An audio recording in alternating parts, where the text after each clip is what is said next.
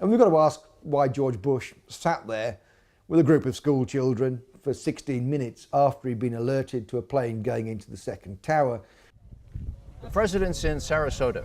He's told that the second plane has hit the World Trade Center. And the Secret Service guy immediately says, "We're out of here." The president stays for 30 minutes, folks, for 30 minutes. Now, how do you explain that?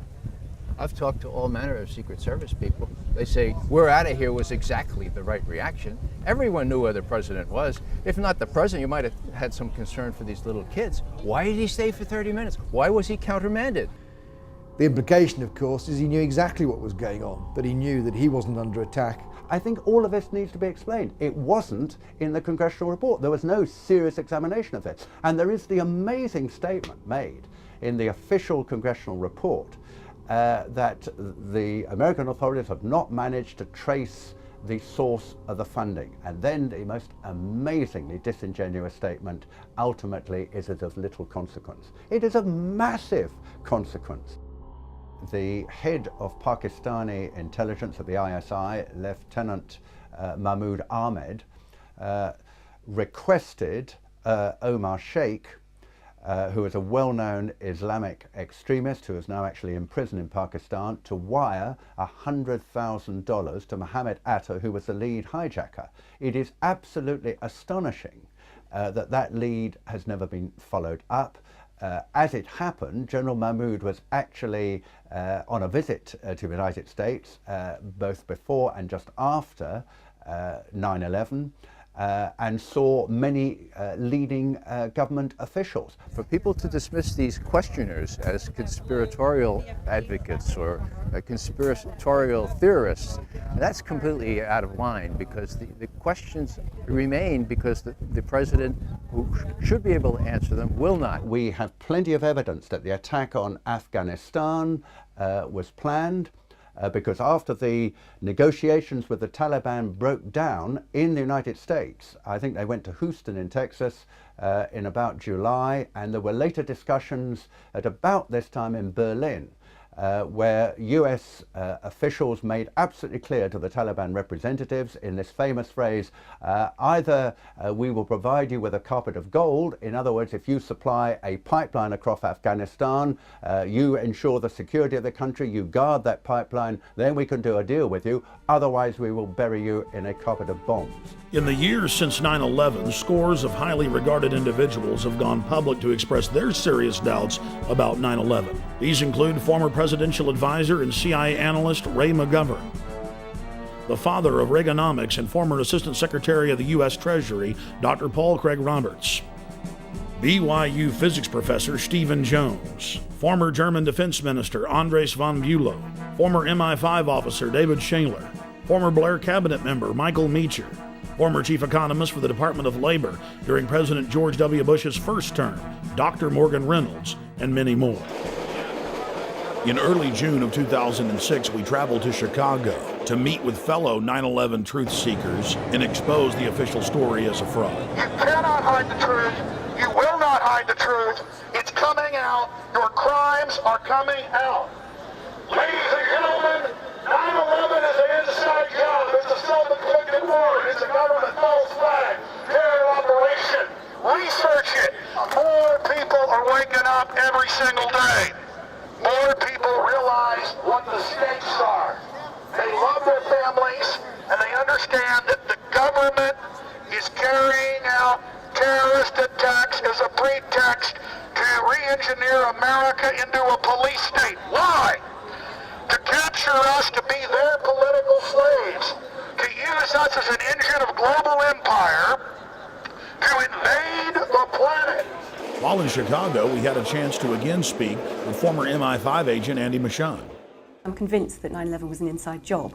And there are a number of compelling reasons why I think it was an inside job. Primarily, the collapse of the Twin Towers, which look to me to be controlled demolitions. Also the collapse of Building 7 of the World Trade Center complex. Also the fact that the air defences were stood down that day. Who benefited from the attacks, of course. So there were a lot of put options put on the airlines that suffered during those attacks. It's a whole range of different evidence that adds up to something very, very suspicious about 9/11. I feel passionately that we need to expose the government involvement in 9/11, because if we don't, they will keep doing this in future. There will be another attack in order to justify another unjustifiable war. We also spoke with Dr. Morgan Reynolds. No matter how much our inert public wants to avoid this, it's eating away. It's willful denial, willful ignorance. It's eating away at the underbelly of America. And we aren't going to solve our problems by ignoring 9/11.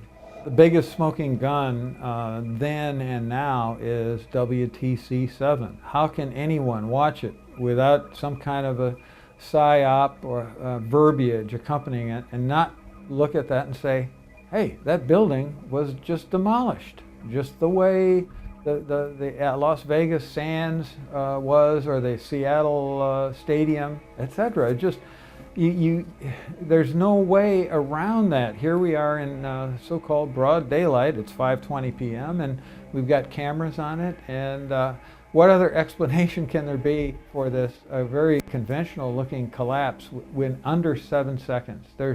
That just has crime, inside job written all over it. We need real convictions. We need arrests. We need prosecutions.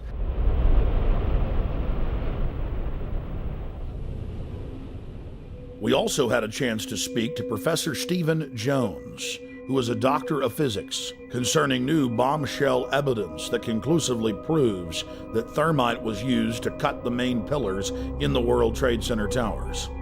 There is this molten material flowing out of the South Tower just before its collapse. It has large quantity of yellow hot metal. And then I read about these pools of molten metal underneath both towers and Building 7 after their collapses. Now that fits like a glove with the thermite reaction, which produces molten iron. You also see in these videos of this molten metal coming up, you see this white ash, this dust that comes off. Now that combination, yellow hot molten metal, white ash floating away, that's his signature characteristic for thermite. And then finally, we got some samples of this metal, the previously molten metal. Using advanced techniques like proton-induced X-ray emission and an electron microprobe, we found out what's in these samples. We're finding iron, also sulfur, potassium, and manganese. And these are characteristic of a variation of thermite, which is used to cut through steel very rapidly. It's called thermate. It's like, sure, you can take a knife, you take the butter out of the fridge, and you cut through that butter. Now, adding sulfur to thermite and also potassium permanganate, these chemicals, it's like heating up your knife to a very high temperature. Now it slices right through the butter. Even if the butter is cold, slices right through. Same way here, by adding sulfur and potassium permanganate to thermite, it'll now slice through structural steel very rapidly. But the end products then, you'll have sulfur, and potassium, manganese, and iron. And that's what we see. Thermite had to be planted in the buildings, which of course implies directly an inside job. Someone had to have access into the buildings. Then in mid-March of 2006, actor Charlie Sheen went public on my syndicated radio show and simply called for a new independent investigation and questioned the official story. Sheen knew that the establishment lapdogs would attack his personal past, whether real or manufactured, instead of challenging him on the facts. So Charles Sheen preemptively challenged them to challenge him on the facts, something they steadfastly refused to do. Literally hundreds of vicious hit pieces were